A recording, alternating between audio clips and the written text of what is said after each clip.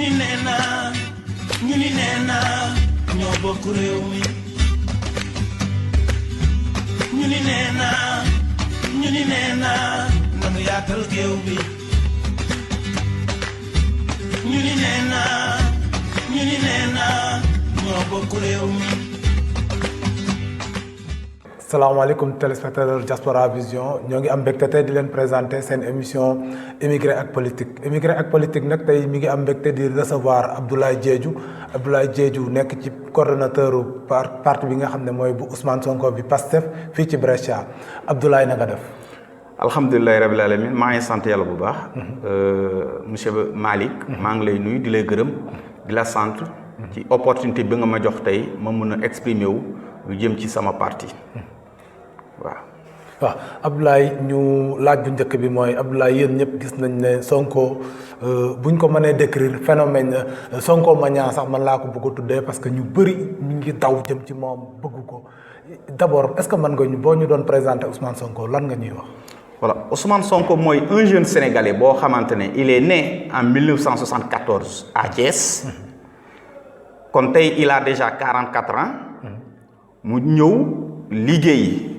ci impôt et domaine nekk fa inspecteur. alors après liggéeyam impôt et domaine mu ñëw bokk ci parti ba nga xamante ne mooy Pastef bu muy jiitu tey. alors ñun yëpp ñu gis ne vraiment mooy nit koo xamante ne actuellement mën na yóbbu Sénégal fu foo xamante ne ñun la jeunesse sénégalaise foofu la ñuy jënt mooy suñu rêve. donc looloo tax nga gis nit ñi la jeunesse et beaucoup de gens. ñu gis ne kii war na nekk na koo xamante ne war nañu ko mën a jàppale te bu ñu ko jàppalee dana yóbbu Sénégal fu ñu bëgg Sénégal àgg. donc loolu la. Sonko nag yàlla def na que c'est en 1999 la amee baccalauréat mu dem jàngee université bu ñuy wax université Gaston Berger bu Saint-Louis. mu amee fa saaf la en 1993 mu amee sa maîtrise. autant pour moi en 1999 à l'université de Saint-Louis. bu mu fa jógee mu def concours d'entrée à l'école nationale d'administration. mu gagné ko en 1999 dugg foofu def fa ses 2 ans donc en 2001 mu pare ci formation bu mu doon def bu administration ñu yóbbu ko au niveau des impôts et domaines du Sénégal. mu nekk fa inspecteur. alors bu mu duggee impôts et domaines mu créer son syndicat le syndicat autonome des travailleurs des impôts et domaines. bu mu ko créer nag liggéey si def si ay jéego yoo xamante ne ñoom yépp gis nañ ci seen bopp. yore créé syndicat bi de 2005 ba 2012. après mu arrêté. alors léegi bu mu arrêté nag si lu soogee dugg ci politique. ci politique nag mu créé mu ànd ak parti bu ñuy wax Pastef les patriotes du Sénégal. parti boobu tey mooy parti boo xamante moom la jiitu moom lay liggéey pour mu bëgg na nekk président Sénégal grâce à ce parti. donc ñun moom la ñuy jàppale quoi. waaw kooku mooy Ousmane Sonko bu ma neree wax un peu sur lui. waaw Ablaye présenté nga ma brièvement Ousmane Sonko mais man en tant que sénégalais lambda bëggoon naa comprendre aussi lan moo la convaincre dans le discours wala dans la démarche de Ousmane Sonko ba yow nga choisir parti adhéré wu ci parti Pastef bi. très bien d'abord mën naa ne comme tout le monde comme tous les Sénégalais l'ont vu. il est rare de trouver aujourd'hui des jeunes engagés comme lui. ñu am liggéey. ci poste yoo xamante ne des postes vraiment sensibles maa ngi damay wax poste sensible la parce que booy liggéey ci xaalis tous les jours ngay dem di vérifier ay sociétés mais bépp bés bu ma lay wax nii kenn musu ko jàpp ba ñu naan Ousmane Sonko luubal na lii wala Ousmane Sonko def na lii ci xaalis ci lu jëm ci liggéeyam. topp na liggéeyam normalement il est convaincu que moom au moins bu ñu ko joxee Sénégal war na koy mën a yóbbu ba fu sénégalais yi di xaar ndax nit koo xamante ne mandu nañ ci wàllum xaalis alors jamono ju ñu nekk ni il est rare de trouver quelqu'un boo xamante ne war mën na liggéey ci poste yu mel noonu ba pare duñu ko toppee ci dara. alors bu mu créer loolu d'ailleurs sax moom xeexam bu njëkk bokkoon na ci syndicat am ba xeex pour ñu bañu faa dugal ñoo xamante ne seeni waajur yi wala seen mbokk yi ñoo nekk ci impôt et domaine parce que ñun ñëpp xam nañu ne impôt et domaine bokk na ci place yoo xamante ne Sénégal tey kenn ku nekk ñaan nga sa doom liggéey fa. donc alors li fa doon am mooy la da ngay liggéey nekk fa responsable nga dem ba un certain moment bëgg say doom bañ a def concours mais nga dugal leen ci ay école yoo xamante ne ah ñu def leen genre parachutage. voilà justement dugal leen ci école de formation yoo xamante ne c'est similaire aux formations que donne l'école nationale d'administration. ba pare nga dugal leen avec tes rapports ñu mën fa liggéey. kon bu yàggee impôt et domaine day doon service boo xamante ne ay famille rek ñoo ko moom. mu taxaw si xeex si ba tey gi may wax ni ak yow au moins am nañ ci ndam. mu ne avant tout c'est la patrie lii alalu Sénégal la ñëpp ci mën a ñëpp ci war a liggéey. donc képp ku bëgg doomam liggéey foofu na dem def na yónnee doom gi dem jàng bu jàngee ba pare mu def concours bu defee concours ba pare mu def examen de sortie. bu ñu ko nee yow kat léegi examen de sortie am nga ko ñun ñoo la affecté xayrun mën na fa dem liggéey comme tous ceux qui travaillent là-bas. donc système yooyu loolu alors ñun gis nañu ko ci impôt et domaine rek mais ci yeneen services yi yëpp yow xam nga gis nga Sénégal na mooy doxee. népotisme bi quoi. voilà il y a du népotisme qui règne maanaam yow da ngay liggéey balaa ngay wàcc nga andi sa doom grâce directeur ba ndax yeneen fa doon liggéey nga roof ko fa. léegi koo xamante ne papam wala ay waajuram amuñu possibilité boobu ñoom ils vont toujours rester duñu mus a am liggéey même si nekk nañu ay nit ñoo xamante ne xarañ nañu. am nañ compétence. donc loolu Ousmane Sonko xeex na ko te bu ngi koy continuer di xeex ba tey gi may wax ni ak yow. alors bu ñu jógee ci loolu gis nañu tey Sénégal par exemple façon bu ñuy joxee entreprise yu jóge bitum réew yi ñu bëgg a ñëw investir Sénégal possibilité yu ñu am sénégalais bu bëgg a def tey entreprise du ñu la may possibilité yooyu donc yooyu yëpp bokk na ci loo xamante ne moom taxaw nee ne non il va falloir qu'on arrête. préférence nationale jox sénégalais yi jeunes sénégalais yi jox leen possibilité exonération yu ñuy jox waa bitum réew yi nañu ko jox sénégalais yi jàppale leen former leen pour ñu mën a créer ñoom seen entreprise ñu mën fa liggéey. donc voilà des raisons qui font que ñun bu ñu gisee tey ku mel ni moom ñu yaakaar ne kii kat buñ ko joxee Sénégal dana ko mën a yóbbu foo xamante ne ñun yëpp foofu la ñu bëgg. te loolu yemul ci wax. alors yemul ci wax ndax wone na ko ci liggéeyam ba mu fa nekkee woon tey képp kuy liggéey impôt et domaine en fait du tout le monde je dirais mais la plupart ci ñu fay liggéey ay kër da ngay liggéey même pas 10 ans nga am ay kër yu bëri nga am ay places yu bëri ba pare bon c'est comme ça loolu war nañu seet nan la mënee am xaalis boobu tout ça mais moom Ousmane ba tey gi may wax ni ak yow dem na ba def na 15 ans de carrière mais benn kër googu mu yor moom la yor te nee na par yaagul sax ba mu ko paree fay donc ni ñooñu la ñuy soxla au moins des gens ñoo xamante ne set nañu mën nañu yóbbu Sénégal fu ñëpp bëgg mooy duñu lekk xaalis Sénégal danañu mettre en avant tout le temps les intérêts du pays au moins Sénégal mën a avancer. Voilà pourquoi jeunesse Sénégal tey ba nga xamante ne aujourd'hui ñii ñu ngi daw si ñëw nekk en Europe nekk dans tous les pays de l'Afrique. alors parce que tout simplement découragé nañu bëgg nañu ko jàppale pour au moins ëllëg bu yoree réew mi mu mën a taxaw Sénégal liggéey Sénégal créer de l'emploi ces jeunes là vont rester travailler ñu gis ci seen bopp. ndax man wóor na mën a xale yi dem jël géej dem Libye dem un peu partout loolu gënalu leen. lu leen gënaloon mooy lan ñu toog Sénégal liggéey fa. mais boo fa toogee mag gu jëm avant 25 ans 30 ans 35 ans yow ndëkki sax say waajur ñoo la koy jox da ngay dem ba xam ne que vraiment man fii damay génn li ma am rek naa jël.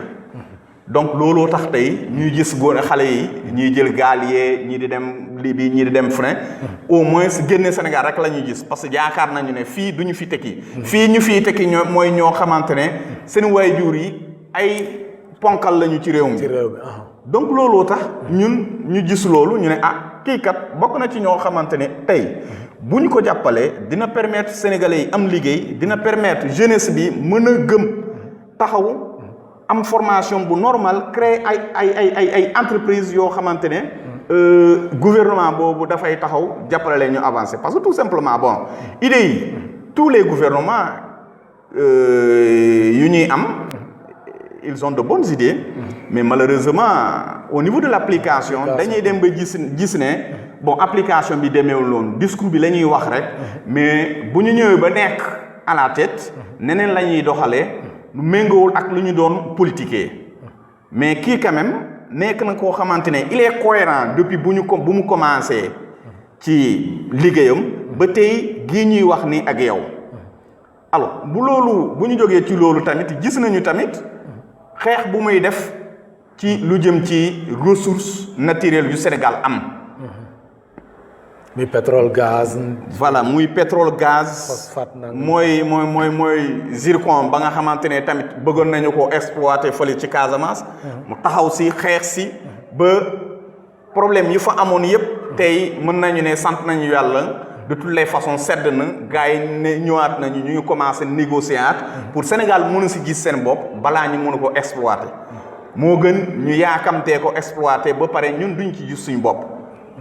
gis nañu tamit muy xar tànk tubéew ci lu jëm ci pétrole Sénégal ndax xeex na wax na carrément ne kii bi ni ñu koy defee contrat yi ni ñu ko defee contrat yi baaxul booba bu mu koy door a wax ñépp a ko doon saaga xeex façon bu ne daj nañ ko waaw dem nañu sax ba ñu renvoyé ko ñu radié ko au niveau de la fonction publique ba nga xamante ne moom liggéey boo xamante ne am na ko ci concours mais bon quand l'État a besoin de toi, il trouve juste un moyen. Mais c'est quoi? On dit que bon, voilà, il a un problème de discrétion professionnelle. Moi, je vais vous carrément. Man li may wax journal nangam bu ñu publier bés nangam moo ko bind na ko ba publier ko kon léegi man traité wu ma dossier boobu ñeneen ñoo ko publier dem leen d'abord ci journal bi moom wax leen fan la jëlee information bi. xëy na li ma différencier avec le Sénégalais X mooy ne man xam naa abréviation yi xam naa signes yi lan la signes yi firindi loolu dong loon waaye terewul comme dax ko rax la ñu bëggoon dax nañu ko mu dem mais Sénégalais yi tamit tooguñu Sénégalais yi jàppale ko tey toog voté ko ba mu dem représenter leen au niveau de l'Assemblée nationale te ñun yëpp Sénégalais yëpp gis nañu xeex bu mu fay def Sénégalais yi gis nañu chaque jour problème yi fa gën a am moo koy taxaw ñoom yenn say mbokk journalistes yi sax dem nañu ba naan boo ratee 2 minutes ci waxu Ousmane Sonko sa dem assemblée nationale amatul njëriñ mun waxuma journalistes yi ñoo ko wax ndax tout simplement lu muy wax da koy teg ci yoon dañu koy saaga dañuy wax lépp lu ne ci moom mais yàgg-yàgg dañuy gis ne li mu waxoon ñaari weer wala ñetti weer ci gannaaw di am na tey combat pétrole bi moom la combat ñëpp la bu njëkk nee nañu ko yow ñi ngay xeexal ñi nga àndal pour xeex bi sa bàyyi nañu yow rek yaa si ne mu ne leen man de tant que li ma gis gëm naa ko tant que gëm naa ne lii alalu Sénégal te mën naa xeex ba alalu Sénégal boobu dellu si danaa xeex jusqu'à la dernière minute te ci la nekk ba tey aujourd'hui ñun yëpp gis ne tous les Sénégalais sont convaincus ñëppay taxaw di xeex yeneen politiciens yi tout le monde vient ñiy wax tamit rejoindre ko ci combat boobu donc voilà quelqu'un boo xamante ne brièvement mën naa ne aujourd'hui la jeunesse sénégalaise mën na gëm ne kii bu ñu ko joxee Sénégal war na kaa mën a yóbbu fu Sénégal bëgg war naa mettre a priori l'intérêt du Sénégal avant quoi que ce soit. waaw Ablaye jërëjëf ci développement bi nga développé Ablaye ñu gis ne aussi Italie macha allah Sonko mi ngi fi commencé di fi am ay nit xaw ma commencé la sax xaw ma mais mi ngi fi man mi nga xam ne damay jaxasoo ak politicien gis naa ne macha allah am na fi ay nit nan seen maillage fii en Italie nan la demee nan ngeen structuré woo. alors ci wàllum parti bi mën naa ne fii ci Italie on a un coordinateur national ba nga xamante ne moom moo coordonné Italie yépp muy tudd Moussa Ba alors léegi bu ñu jógee ci loolu ville bu nekk ou région bu nekk ou provincia bu nekk am na au moins un parti ci jamono yi ñu toll ni loo xamante ne benn at ci gannaaw rek am ñu ko woon waaw mais actuellement macha allah sant yàlla bu baax ville boo dem rek da nga fa da ngay gis ñoo xamante ne ñii ci wàllum Pastef ñi ñoo fa ñii nga war a jokkoo mën a am information wala mën a def si liggéey bi ak ñoom dans toutes les villes ba Catania ci suuf Italie bi Palermo yooyu yëpp am nañu fa des représentants ñoo xamante ne tey bu ñu soxlaa dara ci côté boobu rek ñooñu la ñuy jokkoo donc suñu système mooy lan après le coordinateur national provincial bu nekk dañuy fexe ba am fa un représentant moom tam mu créer fa benn genre cellule ou benn unité boo xamante ne ñooñu dañuy liggéey am seen bureau am seen lépp ñuy liggéey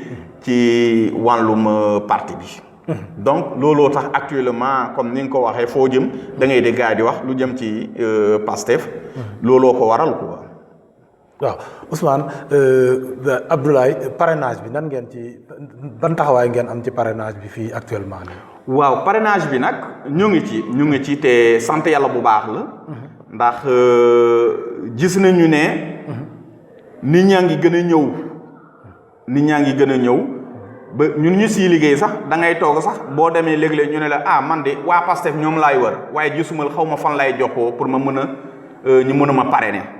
waaw mais nag jafe-jafe yi moom jafe-jafe yu si nekk mooy lan la plupart des sénégalais ñu fii nekk surtout la jeunesse dañuy dem dañuy bëgg a parrainer mais du ñuy am carte d'identité dañu lay wax man de carte d'identité déposé naa waaye ba léegi sama carte d'identité génnul waaye bu génnoonu moom doon naa la parrainer waaw donc problème yooyu la ñuy rencontrer fii surtout lu jëm ci jeunesse bi waaw sànq développé nga ci sa leader wax nga ay jaar-jaaram wax nga lan moo tax yéen ngeen fonk ko adhéré wu ci partem ñu gis ne jamono yee ñu passé sa leader génne woon na benn livre tuddee ko solution mu indi woon fi ay coow sax yu bëri am ñoo xam ne ñu bëri dañu jàpp ne c'est prétentieux moom mu jóg rek ne moom moo yore solution problème yi moo ko yore ci loxoom est-ce que c'est pas trop prétentieux aussi.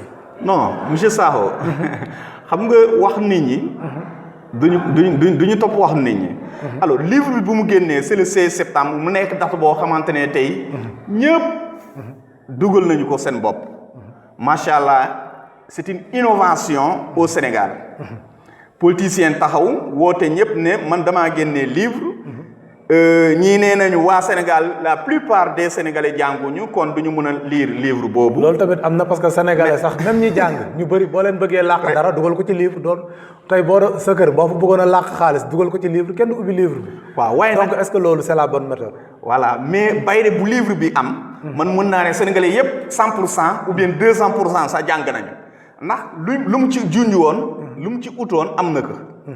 maanaam foo dem rek. livre boobu la ñuy wax. non xam nga wax livre bi wax ne solution ak xam li livre bi li nekk ci biir livre bi deux choses différentes la. voilà très bien mais loolu moom firi na ko. keroog bu mu doon présenter livre am. dafa wax carrément lan moo nekk ci livre ba. ba tey ñun yëpp kenn ku nekk ñaan na yàlla am livre boo xamante ne président Ousmane Sonko bind na ko. ci lu jëm ci programme am. ci système boo xamante ne solution boobu la gis. ne moo waral.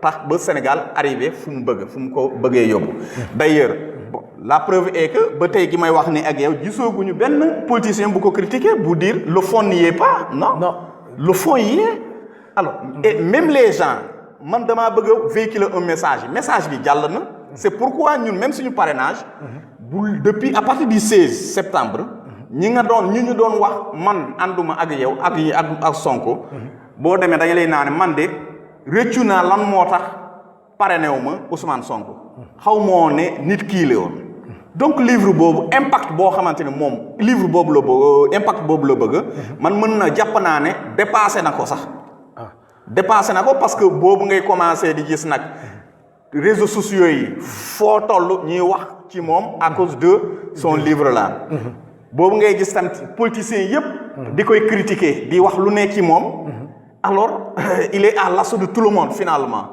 waaw ba pare ce qui est important mooy fond bi ñun yëpp on est tous convaincus que fond bi le fond y est. le fond y est mais le fond xam nga le fond moo gën a important sax boo xoolee mais sans une bonne forme fond bi ñi ko war a man sama problème mooy est-ce que le Sénégalais lambda xam na le fond du livre loolu mooy sama yow actuellement nee nga 200% lii mais est-ce que ñu bëri boo leen ne woon tey Ousmane Sonko solution lan la ci wax dinañ ko xam. ah dinañ ko xam parce que man mii. livre bi yàlla def na ba tey gi may wax ni ak yow jotooguma ko. mais li ma jot déggulu keroog rek. mu woon ma carrément point yoo xamante ne man sama wàllu bopp point yooyu ñoo ma intéressé. te bu ma dégguloo carrément discours lu mu ci bind. damay gis ne lii kat vraiment bu ñu amee ku koy appliquer Sénégal rek Sénégal jëm na kanam.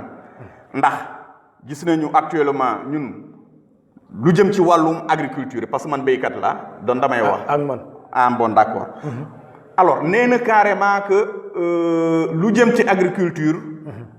il faut ñu créer des entreprises yoo xamante ne agriculture familiale mooy de maanaam yow ak say frère say doom baay ñëpp ngeen créer benn genre entreprise bu ndaw boo xamante ne ci wàllum mbéy lay liggéey. comme li am fii rek. très bien comme lu ñuy gis fii ci Europe. mu ne moo gën ñiy joxe suñu suuf. des hectares et des hectares à des entrepreneurs européens ou marocains ou en tout cas étrangers en grosso modo. ñuy ñëw liggéey Sénégal ba pare ñu yóbbu xaalis boobu yóbbu ko seen réew mi loolu déjà c'est quelque chose boo xamante ne c'est clair te leer na ci bopp nit ñi mu ne leen lu jëm ci économie il va falloir aussi que état bi accompagner nos commerçants qui sont là ñoo xamante ne bon seen doole demeewul noonu moo gën ñuy andi yeneen entreprise multinationale yoo xamante ne ils ont des milliards et des milliards ñu ñëw fii implanté wu suñu dëkk bu yàggee ñun lan la ñuy am suñu biir réew loolu lépp c'est des données yoo xamante ne moom Ousmane Sonko joxe na ko ci livre leer na actuellement ci bopp sénégalais yépp ba mu génnee livre bi ñëpp ci gis seen bopp commerçant yee béykat yee napp mool yee donc tout le monde waaw lu jëm tamit ci suñu ressources yépp waxoon na ko ci donc moo tax ma ne la livre bi impact boo xamante ne moom la bëgg livre bi def na ko d'ailleurs c'est pas pour rien mu am bon buzz boobu si tu veux bu mu am nii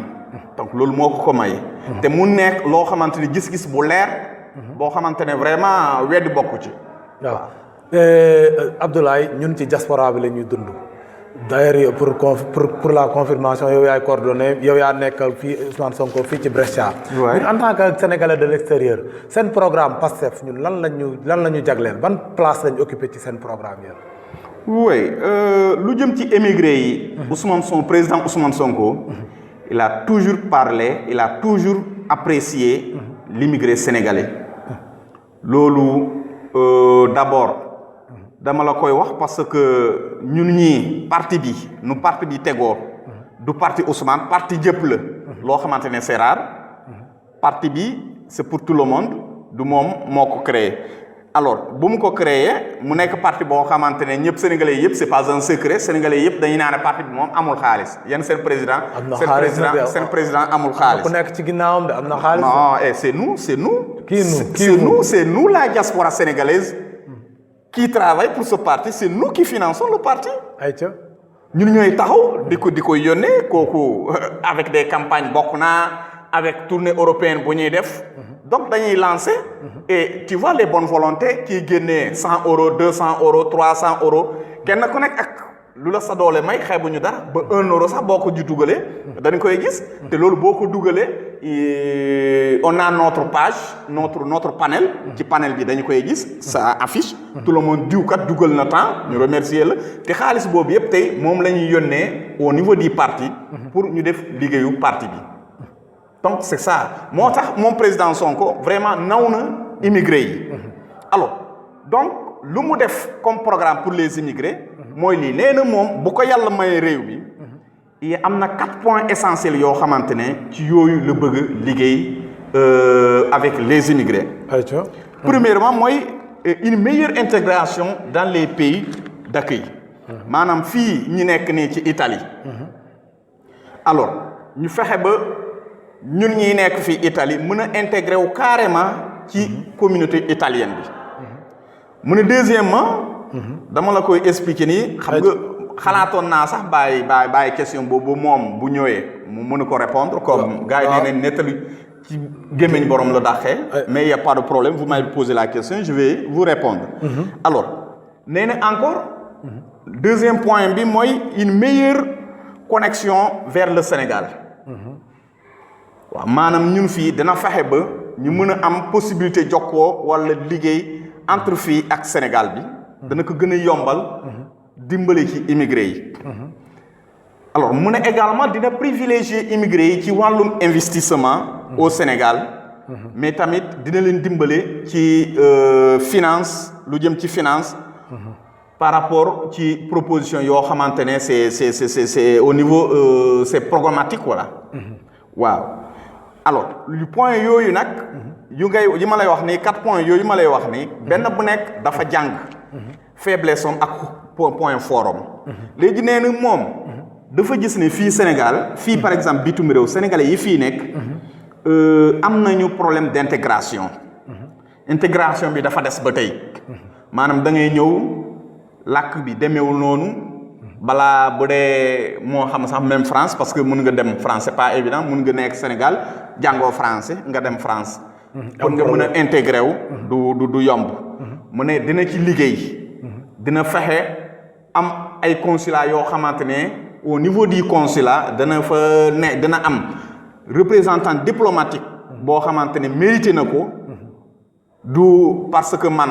parti bi laa far donc bu parti bi gagné danañu ma jox poste bu mel noonu parce que tout simplement je travaille pour le parti non demeewul noonu kon l'homme qu'il faut à la place qu'il faut koo xamante ne dina xam lan mooy diplomate donc diplomate boobu il est censé aujourd'hui de pouvoir accompagner tous les Sénégalais qui sont au niveau de la diaspora dëkk boo dem rek da nga leen di jege nga xam ñii yan mooy seen jafe-jafe noo war a liggéeyee pour nga permettre leen ñu mën a intégrer wu ci dëkk boobu mais également nan la ñuy mënee liggéey ba seen doom yi mën a continuer di xam seen cosaan waaw maanaam lu mel ni fête religieuse yi bokk na par exemple ay Magal ay Gammu ay Pâques ay Korité ay Tabaski yooyu yëpp représentant diplomate bi dina ci liggéey dina fexe bu am au moins ànd avec les associations dëkk boo xamante ne dëkk bu mel ni tey Brescia bi ñu nekk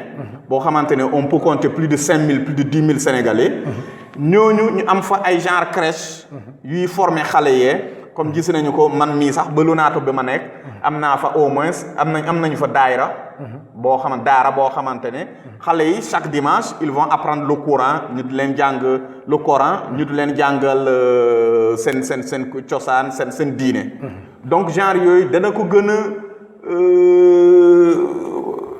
dana ci gën a liggéey avec la collaboration des associations ak aide yoo xamante ne ñoom danañ ko mettre à leur disposition pour ñooñu mun a avancer. Ablaye naru leen def comme ñeneen ñi rek ñenn ñi tëju Dakar rek di càmbar ne dañuy càmbar problème bu diaspora bi te duñ ci boole waa diaspora bi est-ce que yéen Ousmane Sonko prévoir na inclure la crème de la diaspora ci buy étudier problème bu diaspora bi parce que tamit loolu bu ko deful day rejoindre li gars yi di wax rek prétention parce que munoo ma faj te xamoo lan moo may metti il faut que les gens apprennent à inclure la diaspora dans l'étude même des problématiques de la diaspora.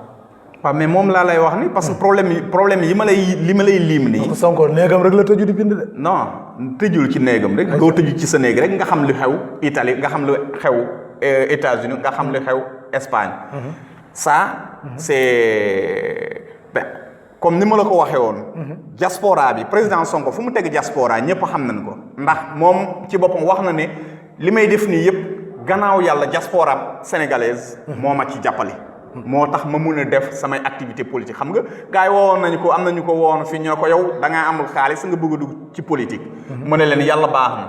waaw sénégalais yi ñoo ma fal ñoo bëgg ma ànd ak ñoom politique te danañ ci jàpp nañu ci ba léegi donc. gëm naa ne moom il va pas nous tromper. donc loolu bokk na ci yi ma lay wax. espérons oui. bon bu ñu xoolee fu mu jógee ak fu mu toll nii. ba léegi gëm nañu c'est vrai que du ma la ne du war mais fu mu jógee ba tey. jub ak xarañ bu mu wonee mën na tax ñun ñu gëm ne kii il n'est pas comme les autres parce que nee naa la sànq les idées ont toujours été bonnes. waaw ñun yàgg nañu ànd avec yàgg nañu recevoir ici des politiciens de bonnes idées la ñu leen di wax mais dañuy ñëw tout le temps sax mais man léeg-léeg sax damay naa ne ndax dafay voyage ak xaalis Sénégal bu ñibbee gars yi jox ko per diem ba pare lu mu waxoon lu mu bàyyante woon fii yëpp ak sénégalais yëpp da koy teg à côté. dëgg la loolu moom lu muy def leneen la ñun ba tey gisooguñ ci suñu bopp. loolu moom mais on a de l'espoir ne que ce président bu yàlla defee ba président Ousmane Sonko egg fu ñu bëgg il va l'appliquer parce que tout simplement au moins xanaa kay dana gore tuuti nu mu tuuti parce que ñun taxaw nañ ci on a laissé toutes nos activités ñu jàpp ñu ne ko ñun on va t'accompagner ba fu ne donc moo tax ma ne la man gëm naa ne nekkul ci wax kese nekkul ne dafa tëju bind loolu alors bokk na tamit ci li ma la doon wax ci programme am nee ne xamal nañ ko ne fii xale yi am nañ benn désavantage maanaam parents yi léegi-léeg jànguñu léegi-léeg lakk bi xamuñu comment ça fonctionne yooyu yëpp donc yooyu yëpp tey xalaat na am benn commission culturelle au niveau du consulat boo xamante dafay wàcc am liggéey ànd ak les associations ñu ut ñoo xamante ne ñu war a accompagner xale yee pour seen formation yee seen jàng yee waaw donc loolu yëpp bokk na ci programme parce que comme vous le voyez fii comme un peu partout la plupart xale yi taxawaaru ci gaar yee ci kii yi c'est des enfants des gens ñoo xamante ne moyens yi demeewul noonu mënuñoo jàng yu kii yi parce que papa gi amul temps yaay ji amul temps ñoom yëpp dañuy daw ci liggéey yi donc xale bu am les beneen surveillance bi bon du àgg fu mu bëgg te xale yooyu ñoo yëpp xalaat nañu ne bu président Ousmane Sonko demoon tey ba arrivé fu mu bëgg yàgg bu ñu bëggee dem liggéey Sénégal tamit war nañu faa mën a liggéey waaw opportunité ou chance yu bu doomi Sénégal mi nekk Sénégal am ñooñu tamit war nañu ko mën a am dans son programme boo xamante ne def naa ko pour les Sénégalais waaw alors nee na tamit dina jàppale immigré yi ci wàllum formation yi parce que gis nañu ne fii nii lu jëm ci Europe par exemple immigré yi la plupart da ngay ñëw jógee Sénégal mais doo am qualification donc boo am les qualifications secteur yi ngay liggéey du nekk secteur boo xamante ne waa réew mi tamit moom la ñuy gént donc yow maanaam tu n'es pas compétitif dañ lay dépasser daal voilà donc loolu yëpp li ko waral mooy manque de formation boo xamante ne ñooñu am ñu ko donc ñooñu yëpp xalaat na au moins jàppale xale yi même bu ñu am les formations au Sénégal mais bu ñu fi accès kenn ku nekk da ngay mën nga joxe sa CV fële gars yi xool nu ñu la mënee jàppale ci wàllum formation formelle la nga mën a nekk compétitif moo xam fi moo xam au Sénégal mu ne également dinañu xool lu jëm ci politique communication ba ma la doon wax sànq bokk na ci wàllum par exemple téléphone wàllum yónnee xaalis yu ñuy yónnee wàllum voyager sur le Sénégal donc gouvernement bi ñëw dafa war a mën a liggéey yombalal loolu sénégalais yi ba yow boo bëggee dem Sénégal la ngay fay du cher yeneen cher yi ndax am na ñoo xamante ne yàgg nañu fi mais bu ñu xalaatee billet bi xaw a cher mu ne bon garaawal naa bàyyi mënuma faa dem njaboot bëgg a déplacer woon sa njaboot ça coûte excessif voilà dafay coûter donc yooyu yëpp bokk na ci programme am nee na yooyu yëpp dina ci taxaw dinañu xam nan la ñu mënee def ba sénégalais yi ku bëgg a dem Sénégal rek dafay yomb ci yow waaw boo bëggee yónnee xaalis tamit dana xaw a yomb dafay yomb daf koy gën a yombalal ci yow te loolu communication donc la ay accords yoo xamante ne yooyu ngay signer avec les pays d'accueil pour au moins sénégalais yu fa nekk mënu si gis seen bopp donc yooyu bokk na ci ay programme moom comme je te l'ai dit tout à l'heure quoi moo tax ma ne la bon bëri na man mën naa ne programme immigré yi diaspora yi président Sonko fu mu ko teg bon yaakaar naa ñu bëri teguñu ko fa du ma ne kenn tegu ko fa mais man gis naa ne vraiment bu ko yàlla mayee chance il va travailler il va aider au moins les Sénégalais à pouvoir arriver ndax fii boo xoolee Marocains yi lu bëri ñooñu raw ñu dépassé parce que tout simplement accompagnement bu ñu am ci seen wàllu ci seen gouvernement yi ñun amuñu ko waaw ñoom fii seen doom yi sax dañuy imposer bu ñu wàccee fee jógee fee école dañ leen jàngal seen làkk loo xamante ne ci seen représentant diplomatique lu jógee donc moom bokk na ci loo xamante ne tamit moom nee na bu ko yàlla joxoon tey réew mi dana fexe ba sénégalais yi fépp bépp dëkk boo xamante ne am na au moins plus de 2000 personnes 2000 sénégalais ñu mën a am possibilité créer benn crèche pour ñu jàngal xale yee pour ñu accompagner ñu fa nekk dans des difficultés au moins boo bëggee tamit bu dee yow tamit da ngaa bëgg ñibbi Sénégal liggéeyee fa bon mu jàppale la ngeen mën a liggéey nekkul comme on est en train de le voir parce que ñun fii gars yi joxe nañu ay programmes yu bëri waaw mais mar des taali ñu jot a dem yëpp kenn la plupart ont regretté parce que rëccu nañu lan moo tax ba bàyyi fële sama liggéey ñëw di bëgg a ubbi fii entreprise parce que boo demee non seulement amoo formation la formation qu'il faut mais fee tamit boo demee dafa bëri ay ndëgg sërëx ba pare ay exonération yi ñuy joxee gan yi c'est vrai yow mii sénégalais boo demee duñu la ko jox boo demee mais fii boo ñëwee dañu lay political wax la bon vous venez créer seen entreprise defal leen monter leen seen entreprise voilà bu ngeen monter seen entreprise ba pare ñun dañu leen accompagner mais après une fois là-bas loolu doo ko fa gis donc loolu bokk na ci loo xamante ne moom nee na dina ci taxaw waaw dina ci taxaw te sénégalais yu bëgg non seulement loolu sax mais dina fexe ba sénégalais yi ngeen booloo créer des groupes ngeen dem créer des entreprises au Sénégal wala fii sax ba ngeen bëggee fii ñu état bi accompagner leen ngeen mën a créer ces petites entreprises ngeen liggéeyal seen bopp ndax sénégalais nekkul ne vraiment dem jaay nii ci koñ yi wala ci mbedd yi rek la xam. donc loolu bokk na ci ay programme am quoi moo tax ma ne la lu mu jot a wax. ci immigration. dafa bëri ab livre la moom tamit. waaw te ñun gëm nañu ne vraiment da ciy taxaw parce que moom fu mu teg. diaspora bi mën naa ne ci biir xolam lu leen teg. kon c'est bon chaque jour booy wax dana carrément man maa ngi gërëm diaspora sénégalaise tey laa gën a gis seen njëriñ. waaw nous en dehors de la participation de la diaspora ba nga xamante ne sénégalais yëpp gis nañ ni plus de 1000 milliards. diaspora sénégalaise da koy dugal. mais moom gis na carrément ne ndekete diaspora bi. bu ñu gisee sénégalais bu ñu am yaakaar dinañ ko accompagner. justement boo jëlee tey. cas du Rwanda. le président Paul Kagame a eu à collaborer avec la diaspora. waaw ñoom ñoo andi seen expérience ak même Adama Barrow tey bu accédé bu s'il est parvenu à détrôner Yaya Jammeh c'est parce que la diaspora gambienne. qui s'est levé accompagner ko. donc loolu moo tax ma ne la vraiment la diaspora ñu ngi ci liggéey. te comme ni nga ko gisee fii en Italie c'est un peu partout. waaw ñun jóg nañu. bëgg nañu ko jàppale c'est un jeune. vraiment qui n'a aucun complexe devant quiconque que ce soit. donc am nañu yaakaar ne kii bu jotee réew suñu réewum. danañ ko yóbbu foo xamante ne ñun foofu lañu bëgg.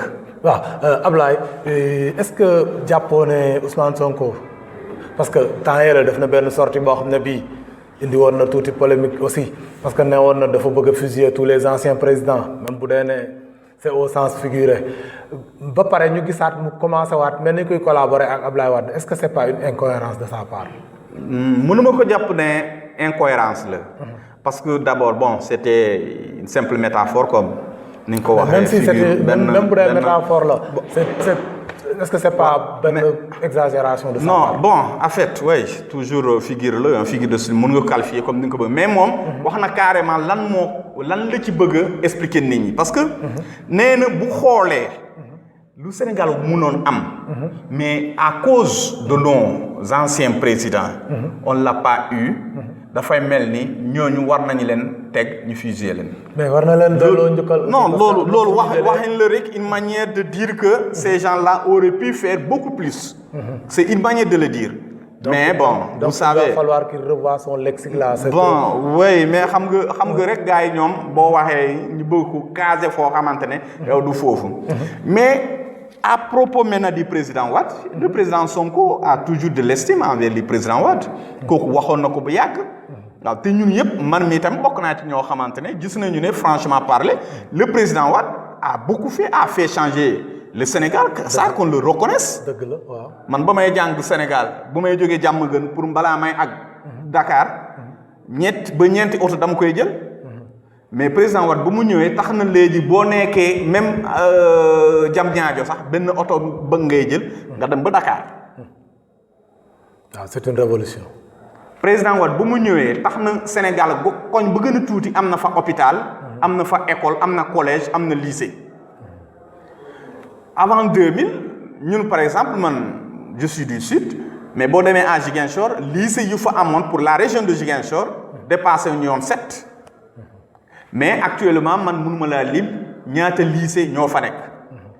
alors électrification rurale yu ñuy wax moo lu mu ciy def presque tous les villages yi la defoon man bu ma jëlee sama wàllu suñu wàllu secteur. donc de 2012 ba léegi parce que temps yi gis naa sax ñuy génnee ay pancartes di wax ne voilà le président Macky a électrifié tous les villages du Boulouf. Ce qui n'est pas du tout. Justement, s'il a eu à augmenter ces 3 villages parmi les 25 ou 24 villages qu'ils ont cités. Mais en 2012, s'il faut compter, au moins 19 villages ont été électrifiés par le programme du président Wade. Ça, qu'on le reconnaisse. Le président Wade a créé un peu partout des hôpitaux.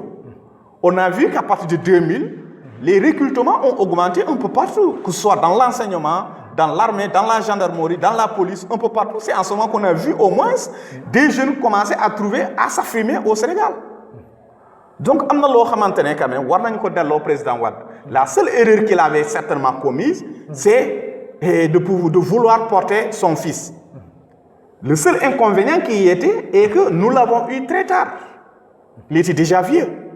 Donc, c'est pourquoi. Donc, quelqu'un comme président Wade, il est bien normal que ku bëgg ñëw bëgg liggéey nga bëgg ko jege am au moins de ses conseils dana la wax lii boo ko defee dina dem lii boo ko defee du baax waaw man gis naa tamit bon que depuis bu mu defee déclaration boobu ni kii dafay déggante ak président Wade bon ñëpp mel ni dañoo xaw ñu bëri mel ni dañoo tàggoo ak seen sago sax di koy saaga wax façon yu teggineewul sax mais bon y a pas de problème de toutes les façons ñun Sénégalais on reconnaît les compétences du président Wade. son savoir ñëpp reconnaître nañ ko moom kay moo ko xawul woon reconnaître moom mi leen bëggoon a fusiller. non moom il reconnaît très bien il l'a dit et puis il y a aucune contradiction je t'ai dit que loolu benn genre figure la ni bu muy expliquer mais bu lu muy wax ak ñoom lu ñu ko fu ñu bëggee yóbbu affaire yi du foofu moom dafa ne bu ñuy boole mais xanaa doom sax léeg-léeg bu mu defal la benn affaire nga ne ko yow bu nga xamoon ne nii ngay mel sax damay toog sa kaw sax ba ma lay ju damay toog sa kaw nga dee loolu da nga koy dégg mais cela ne veut pas dire da ngaa bëgg a rey sa doom donc loolu la genre yooyu rek no waxin boobu la rek mais bon amoon ma ko ma ne man lu mu wax sax gis naa sama bopp parce que man samay maam yi ba léegi ñu ngi fay lempo waaye fu ma dëkk ba léegi sax hôpital bu gën a tuuti sax amuñu ko donc impôt boobu fan la jëm. c'est la grande question. donc loolu la genre yooyu la donc en face à ces équations qu'il s'est dit que mais ñi mérité wuñu vraiment mérité nañu vraiment teg leen fetal mais c'est pas la réalité tout le monde connaît qui est le président Sonko. donc loolu la quoi. waaw yow Abdoulaye ñu gis ne aussi Ousmane Sonko nit ñi ñu ngi daw jëm si ci moom am nañu vraiment am na une man sànq bi may commencé waxoon naa la benn genre Sonko mania nit ñi bëgg ko macha allah mais en dehors de ñooñu am na ay nit ñoo xam ne ñi tamit ñi ngi def ci moom ay commentaires di ko def am benn genre acharnement boo xam ne bii dont il fait l'objet ban commentaire nga ci la. waaw mais bon loolu c'est normal boo bëggee jël loo xamante ne affaire u sénégalais yi. c'est normal que tu aies des gens doo yàlla. dëggam yàlla sax am na sax ñu koy weddi. waxatuma la léegi nit. donc c'est normal mais ñëpp gis nañu ne quand même que c'est quelqu'un de convaincant. ñeneen ñi nag ñu daan lekk de manière illégale. mu wóor leen ne kii bu ñëwee lekk façon lekk bu ñu daan lekk dootuñu ko amati. bien évidemment ñooy toog tey di wax lu nekk ci moom. waaw parce que xam nañu ne kii bu ko yàlla defee président façon bu ñuy amee alal ci suuf dootul amati. enrichissement bokk na ci lu mu waxoon par exemple ci problème assemblée nationale yow dégg nga ko. donc bu mu doon wax ne impôt assemblée nationale daan woon ak xaalis boobu fan la ak. mais après bon dégg naa tamit commencé nañu ko verser donc bu dul woon moom bu ko waxuloon tey sénégalais yi ñàkk nañu xaalis boobu. ay milliards donc waaw ay milliards la ay milliards yoo xamante ne ñoom danañ koy politiquer danañ koy def ci seen parti yi ñu avancer. donc bokk na ci loo xamante ne ñooñu tey il faut que ñu taxaw contre ko xeex ko bëgg a jaxase bopp sénégalais yi di leen gëmloo ne kii c'est pas l'homme qu'il faut dégg naa sax ñeneen ñi naa ne non qu'il est encore jeune voilà que seen génération ñoom juge Dème et consort et ñoom capitaine Guèye yëpp c'est des gens qui doivent aller apprendre encore comment se gérer un État mais attends quelqu'un qui a fait sa formation d'administration à l'école qui vient de l'école nationale d'administration bu ñu waree remettre en cause ses connaissances en état donc remettons en cause d'abord la qualité de l'école. non Ablaye foofu ñoom remettront en cause ses qualités professionnelles qui n'ont rien à voir avec sa capacité de gérer l'état xam nga loolu gérer un état nga dem nekk un inspecteur des impôts et domaines chevronné xarañ ci sa liggéey ça ne veut pas dire nécessairement que war nga mën a gérer dëkk bi aussi. non il faut ñu def mais en matière d'expérience je veux juste te faire comprendre qu'en matière d'expérience. amul lu ko jaaxal fu mu toll nii. ci da nga ko yaakaar rek. non si. parce que pratiquer gul état comme moom nekk na ci peut-être un démembrement de l'état mais pratiquer l'état dans le sens propre du terme defagu ko quoi. non donc, mais il a à gérer des postes de responsabilité yoo xamante ne tey. c'est lui qui prend les décisions postes yu gën a stratégique gérer na ko ba pare c'est pas à lui seul au moins de travailler dans un état l'état c'est pas à toi seul. dëgg la donc loolu la. et alors gis nañ ñoo xamante ne ñoo ko gën a nekk ay xale sax. ñu avancé mais moi je voudrais juste te faire comprendre que. bon ces gens-là ils ont une position politique. donc il faut qu'on coûte que coûte nga wax lu jëm ci moom. et puis on a constaté. que vous-même les hommes de médias vous savez que boo waxee tey lu jëm ci Sonko rek. da ngay am plus de 100 et quelques commentaires en 2 heures de temps. waaw. donc il va falloir que. nga jéem a intervenir wax lu teginewul ci moom. pour yow nga xool voilà justement pour te faire voir. aujourd'hui gis nañ ko au niveau de l'APR ñu fa bëgg a feeñ yépp. waaw parce que gis naa sax ñoo xamante ne ay transhumants lañu. mais dañoo toog kenn mësatu ñu leen dégg. ba ñu nekkoon ci Ablaye Wade au moins on les avait entendus. mais dañu dem ñu ne nooy foog ñu attaquer Ousmane Sonko. waaw boo ko attaquer rek gars yi da ngay gis au moins on va savoir que yow da ngay yaa ngi exister. gis nañ ay docteur Alioune Sow nga xam ne voilà ils sont là-bas génération am la ñun ñëpp ñoo nekkandoo génération mi ngi koy clash affaire yooyu. voilà donc parce que dañoo dem fële ba pare suulu. La seule manière de se faire voir, de faire croire au président que nous sommes là et nous continuons à travailler pour toi, c'est d'attaquer le président Ousmane Sonko. D'autant plus que ça, la politique a horreur du vide. Il faut créer quelque chose de temps en temps. Mais cela ne l'empêche pas. Lui, il croit en ce qu'il croit et il est encore cohérent dans ce qu'il fait. Nous, la jeunesse, c'est pourquoi on l'a aimé. Voilà pourquoi nous aimons président Sonko. Espérons que mu continuer cohérence mais moom mu ngi ci ba léegi koo xamante ne depuis tout le temps xam nga waxoon na leen ne seet leen li ma liggéey yépp ku leen ne maak Sonko tëjoo nañu bés nangam ba ma def lii ak lii naka su dul noonu ci àll Sénégal feeñal leen ko ñu waxtaan wala ngeen perte ma plainte kenn musu kaa dégg ba pare da leen wax carrément ne sax am na sax ñoo xamante ne dañuy dem di leen nax naan leen wax leen li Sonko ko moom au moins ñu mun a ko yàqal mais loolu yëpp ça ne tient pas bés bu ñu ko gën a critiquer mu gën a feeñ donc sant yàlla la quoi ñun on croit vraiment en lui. espérons nañ ci am yaakaar Ablaye ñu gis ne yéen comme ni nga ko waxee fii yéen a ngi liggéey ci parrainage bi au niveau du Sénégal aussi gars yi ngi yëngu dans toute la diaspora sénégalaise gars yi ngi yëngu bien au moment où nous sommes. ban yaakaar ngeen am ci parrainage bi est-ce que am ngeen yaakaar ne da ngeen dépassé wala ngeen am les 60 000 voix les 60 000 kii yi nga xam ne signataires requis. oui am nañu yaakaar bien que bu yàlla defee ba ñu andiwuñu benn genre politique pour juste lui bloquer parce que c'est lui qui fait actuellement l'équation au niveau du parti présidentiel. am nañu yaakaar ne on va arriver dëggam fii Dakar fii rek foo xamante ni ñun ñu ngi topp ci parrainage yi sant nañu yàlla gëm nañu vraiment bu ko ñeneen ak ñeneen defee rek déjà on va arriver sans compter ce qui est au Sénégal ñun fii état rek lu ñu def c'est pas mal waaw xeebuñu ko bëri na vraiment mënu ma laa wax chiffre bi temps exactement mais ça va alhamdulilah gëm naa ne ñun parrainage war nañu mën a bloquer leneen la ñuy wax mais parrainage bu ñu ko defee légalement war nañu mën a bloquer donc loolu la quoi mais nag c'est l'État moo yore affaire yi c'est ça le problème quoi te ñun lu ñu ragal mooy on a l'impression que président Ousmane Sonko moom gaa ngi bàyyi xel trop ci moom te bokk na léeg-léeg sax dañuy dem ba naa ne est-ce que sax neexul moom la ñuy mbébét pour ñu mën a am lu ñu koy bloquer mais bu fekkente ne 65 voire même 1 million de signataires ñun gëm nañu ne war nañ ko mën a am waaw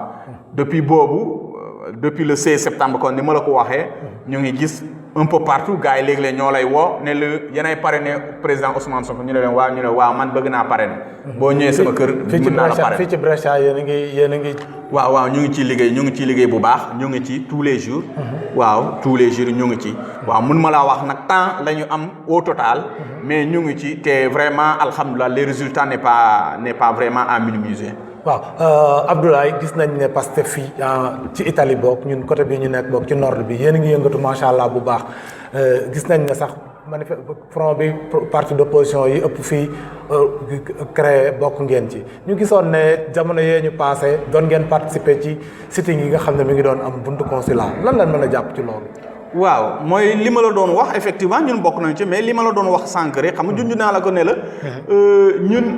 fu mu nee nii problème yi ñuy am léeg-léeg gars yi woo la pour parrainer wala am ku la woon ne la ah man de sama carte d'identité laa amul bu carte d'identité bi ñëwee dama leen di parrainer alors ou bien nga dem pour parrainer nit mu jox la carte d'identité nga gis ne amul bureau de vote kon kooku mënoo ko parrainer. ah ok mu am ay erreur ci biir. maanaam bureau de vote bi rek la ñuy changer moo dul am léeg-léeg ou bien bureau de vote bi ñu ne la. yow nga dëkk fii Brescia ñu ne da ngay voter Como xam nga ne kooku déjà électorat boobu perte nga ko. des fois sax am na ñoo xam ne ñi ba ci sud ba. voilà donc loolu bu ñu commencé di gis ces problèmes là on s'est dit que il va falloir que ngeen joxe seen carte d'identité yi nit ñi donc bu ngeen mënee joxe seen carte d'identité yi nit ñi sénégalais yi pour sénégalais yi mën a am mën a au moins parrainer ku ñu bëgg ñu parrainer. bon ñun danañu gis kan moo faible ak kan moo puissant donc loolu mooy problème bi quoi looloo tax on a dit que bon le président il va falloir que ngeen jox nit ñi seen carte d'identité on est en face des élections et on est avec le parrainage donc joxe leen nit ñi seen kayit yi bu ñu nit ñi jotee seen carte d'identité rek on va voir qui est faible et qui est puissant ndax ñoom xam nañu ne bu dee fii au niveau de la diaspora l'APR n'a rien l'APR a toujours perdu et il continue à perdre davantage. Ça, c'est moi qui vous le dis.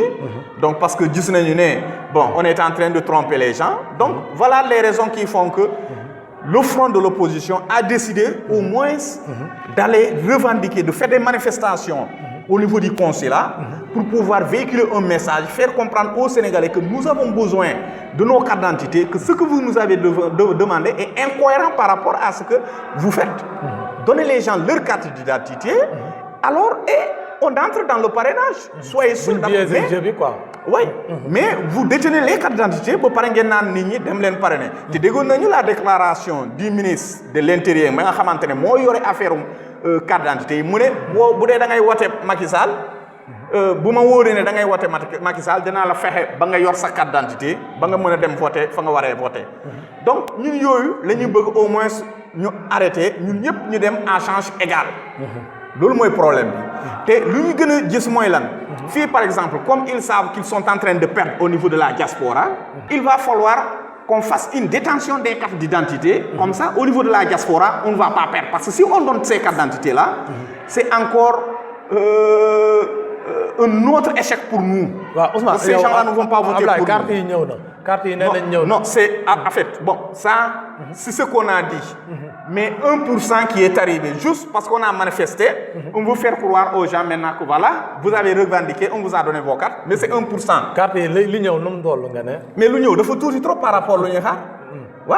mais ay quelques 200 je ne sais pas 300 on avait dit qui sont arrivés mais bon bu ñëwee ñu ne voilà carte yi ñëw na ñu fa dem yëpp pour fa dem bu dee toog nga fa 10 personnes yu génn rek dañu leen ne au moins kenn rek moom si jot carte d'identité am yeneen 9 yi jot ñu seen carte d'identité. donc ay 300 moo génn par rapport. voilà xoolal fii en consulat Milan lu mu fi yor comme nit.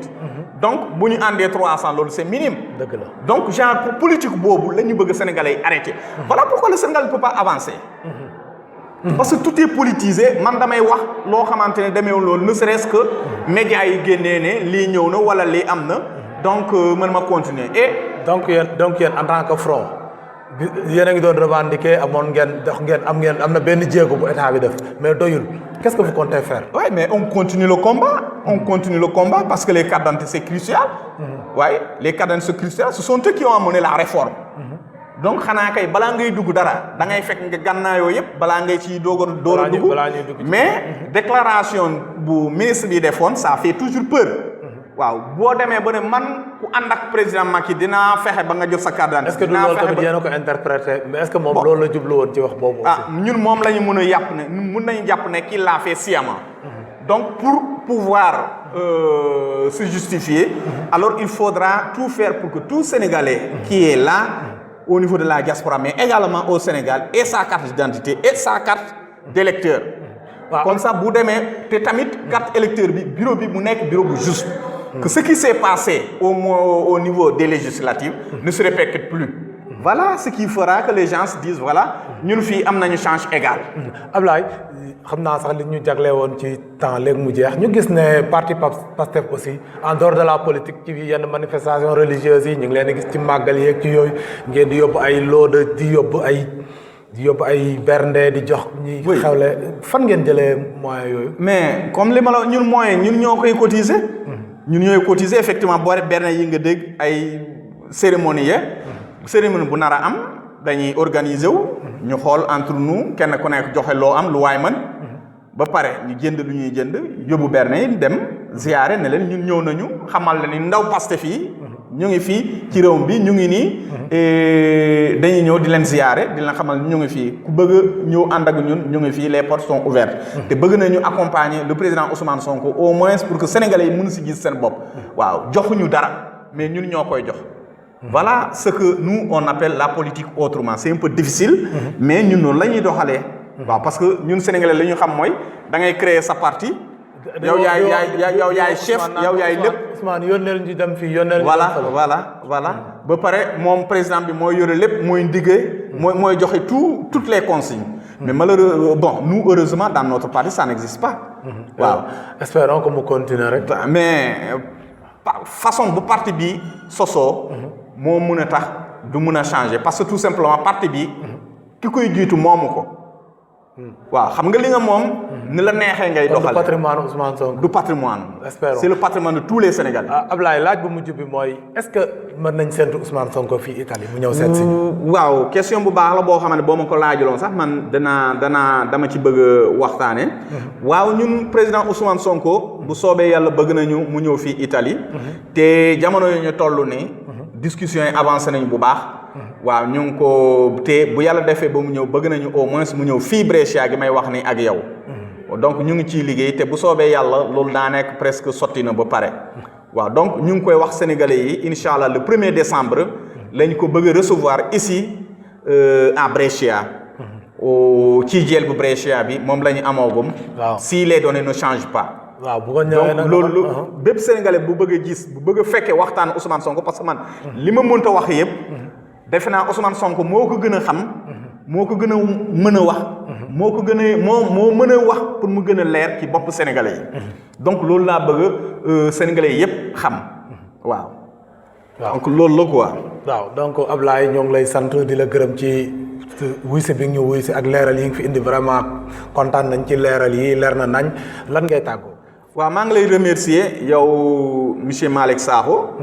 ci opportunité. ba nga ma jox pour ma mën a exprimer wu devant les Sénégalais pour ma mën a également xamal Sénégalais yi kan mooy président Ousmane Sonko et aussi kan la ñuy xaar tey bu yàlla defee ba ñu fal ko mu nekk président lan la wax xoon ak nan la mel ban genre nit il est donc je te remercie ma lay ñaanal sa liggéey nga continuer ko nga àgg foo bëgg a àgg.